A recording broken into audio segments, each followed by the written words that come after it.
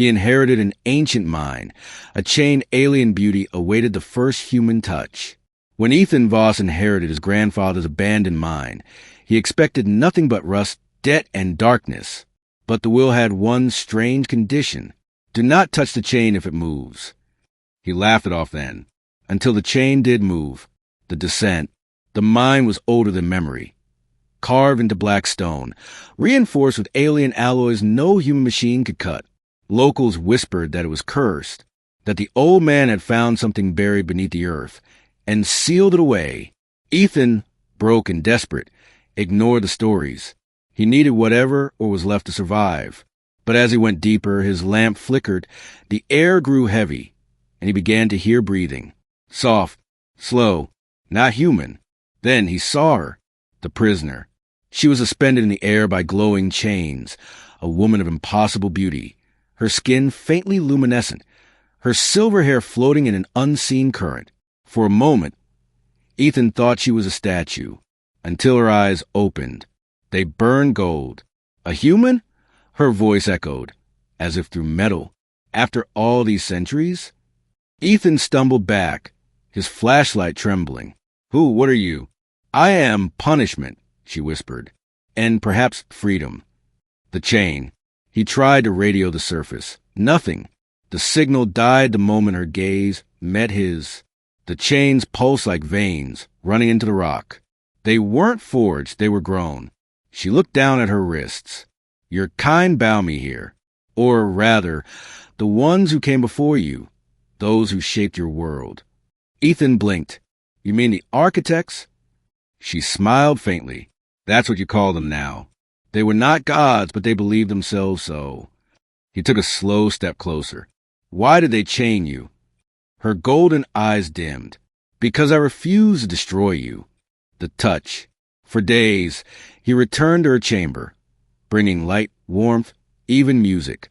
She never asked to be freed, only to hear the world above. Do your people still look at the stars and dream? Sometimes, Ethan said. Mostly we just fight over them. Her expression softened. Then nothing has changed.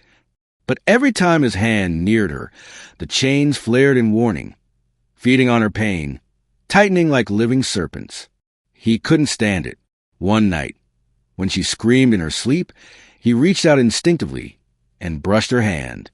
The moment their skin met, the chains shattered. The awakening. Light filled the cavern, searing, pure, alive.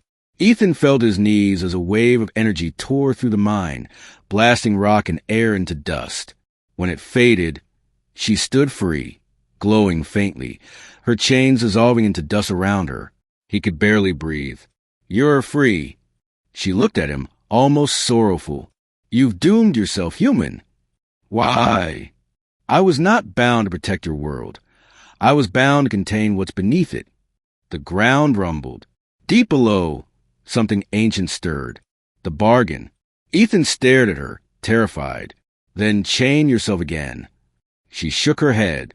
The bond is broken. Only your touch could release it. Only your blood can restore it. He swallowed. Then take it. Her eyes widened. You would offer that, knowing it will bind you to me forever? He laughed, half mad, half brave. Guess I inherited more than a mind. She smiled then, the first true smile he'd seen. Very well. The binding. She stepped forward, placing her hand over his heart. The warmth spread instantly, a golden pulse that merged their souls. The cavern stilled. The rumbling stopped. But Ethan felt something else, her memories. A war among the stars. The architects creating life to serve them. Her rebellion. Her refusal to destroy an infant world named Earth. She had been punished for compassion. Now, her prison had become his. The aftermath. Days later, miners returned to find the tunnels collapsed. The old mine sealed forever. They never found Ethan's body. Only a strange crystal, faintly glowing with blue and gold light, resting where the deepest chamber once was. Some say his voice can still be heard in the winds that rise from the old shaft, whispering her name. And others claim, on quiet nights, a silver-haired woman can be seen walking the hills above, barefoot and radiant. carrying a single chain that glows when she looks toward the stars.